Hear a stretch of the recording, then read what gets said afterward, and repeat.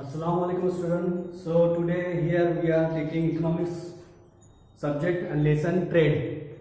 Trade means buying and selling system. The process of buying and selling system. Without trade we can't explain any economy of any nation. हम बिना एक trade के किसी भी country के nation के economy को हम एक्सप्लेन नहीं कर सकते हैं. इससे बहुत सारी चीजें आती हैं. जैसे बात करें अपन ancient time. In the ancient period there is no currency, so they use barter system. Barter system means the exchange of goods to another goods without currency. Barter system मतलब के बिना पैसों के, बिना किसी अमाउंट पे के, किसी चीज के बदले किसी चीज को देना. लेकिन यहाँ पर सबसे बड़ी प्रॉब्लम ये आती थी कि सपोज यहाँ पर अमाउंट का जो है, अमाउंट का सही तरीके से डिस्ट्रीब्यूशन नहीं होता था. सपोज किसी को अगर मिल्क देना है और मिल्क के बदले में क्लॉथ चाहिए, तो क्लॉथ की ऑब्वियसली ज्यादा कीमत है उसकी एज कम्पेयर टू मिल्क. तो यहाँ पर जो है सबसे ज्यादा प्रॉब्लम ये आती थी.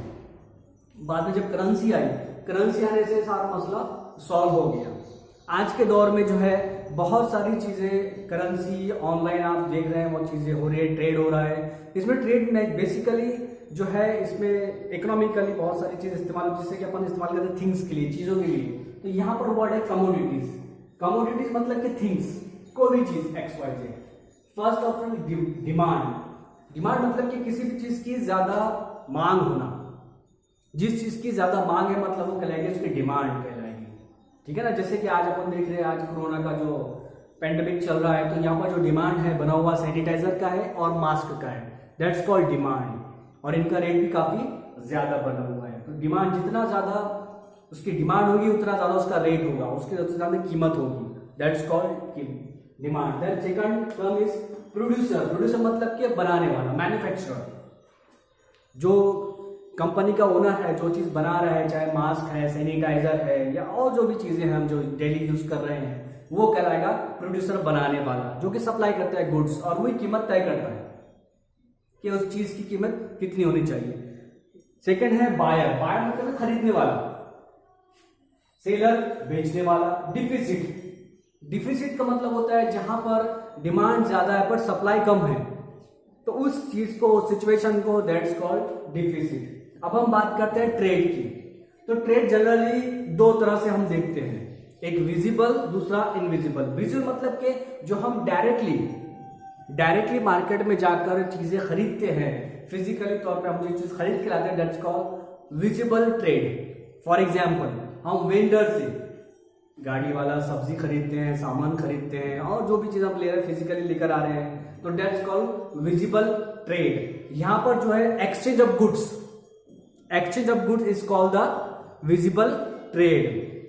सेकंड होता है इनविजिबल ट्रेड. इनविजिबल ट्रेड मतलब कि सर्विस, एक्सचेंज ऑफ सर्विस. यहां पर अपन उसको पे तो कर रहे हैं, फिर उसके बदले में हम कोई चीज लेकर नहीं आ रहे हैं, तो ये कहलाएगा exchange of service. That's called invisible trade. For example doctor, teacher, lawyer. आप यहां पर जा रहे हो, उनसे कंसल्ट कर रहे हो, वो आपको सर्विस दे रहे हैं, वो आपको ट्रीटमेंट कर रहा है डॉक्टर, दैट्स कॉल्ड सर्विस. तो ये हो गया invisible trade. In textbooks you have to solve on page number 68. There are many questions and you have to answer them. For example, we get vegetable from the vegetable vendor when we pay him money. Means you have to answer the which type of this trade, visible trade or invisible trade. So these are 6 questions you have to answer. So first answer is visible trade because you buy physically, get physically, that's visible. When we travel by vehicle, we pay the fare, we don't get any commodity from it. जब हम travel कर रहे हैं, कहीं पर आप जा रहे हो, अमरावती के लिए, मुंबई के लिए आप जा रहे हो, आपने टिकट खरीदा, फेयर दिया उसका, लेकिन आपको यहाँ पर कोई चीज फिजिकली नहीं मिली, लेकिन ये सर्विस है, ये कहलाएगा इनविजिबल ट्रेड. इस तरीके से आपको पूरे सॉल्व करना है. देन नेक्स्ट है types of trade. Types of trade divided by into two categories. First quantity basis, second regional basis. देखते हैं अपन कैसे. फर्स्ट है क्वांटिटी. क्वांटिटी मीन्स जहां पर ज्यादा तादाद में ज्यादा तादाद में माल को दिया जा रहा है, कमोडिटीज को सप्लाई किया जा रहा है, वो कहलाएगा होलसेल ट्रेड। और जहां पर कम क्वांटिटी में उस कमोडिटी को सेल किया जा रहा है वो कहलाएगा retail trade.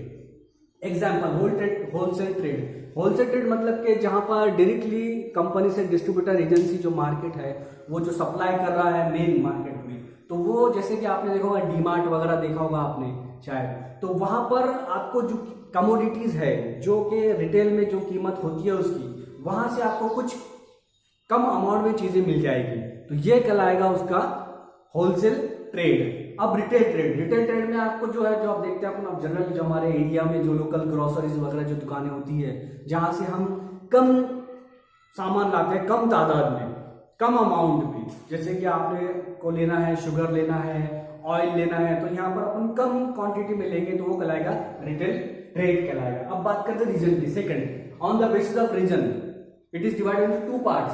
First domestic internal और इंटरनेशनल एक्सटर्नल मार्केट।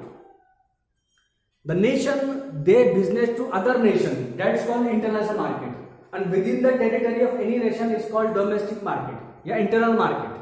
जो हम किसी एक कंट्री के नेशन में, कंट्री के with in the country territory हम बिजनेस कर रहे हैं वो कहलाएगा डोमेस्टिक, और इंटरनल ट्रेड कहलाएगा। जैसे कि महाराष्ट्र है और वो गुजरात से कुछ ला रहा है तो ये इंटरनल ट्रेड हो गया उसका, क्योंकि विद इन इंडियन टेरिटरी में हो रहा है ये। लेकिन जो इंटरनेशनल लेवल का है एक्सटर्नल ट्रेड, अगर हम इराक से, ईरान से, गल्फ कंट्री से हम क्रूड ऑयल ला रहे हैं, पेट्रोल वगैरह, तो ये कहलाएगा इंटरनेशनल ट्रेड कहलाएगा। ठीक है ना। तो आज हमने इस लेसन में ट्रेड में देखा है, बार्टर सिस्टम देखा है, visible trade, invisible trade, types of trade, और ये कुछ इकोनॉमिकल टर्म्स देखे हैं। ठीक है। इसके नेक्स्ट चैप्टर में अपन, नेक्स्ट लेसन में अपन इसके बाद में इंपोर्ट एक्सपोर्ट और बहुत सारे इसमें क्वेश्चंस आपको मैं पूछने वाला हूँ, आपको उसका आंसर भी देना है। तो तब तक के लिए ठीक है, लेसन को पढ़िए। अस्सलाम वालेकुम रहमतुल्लाहि व बरकातुहू।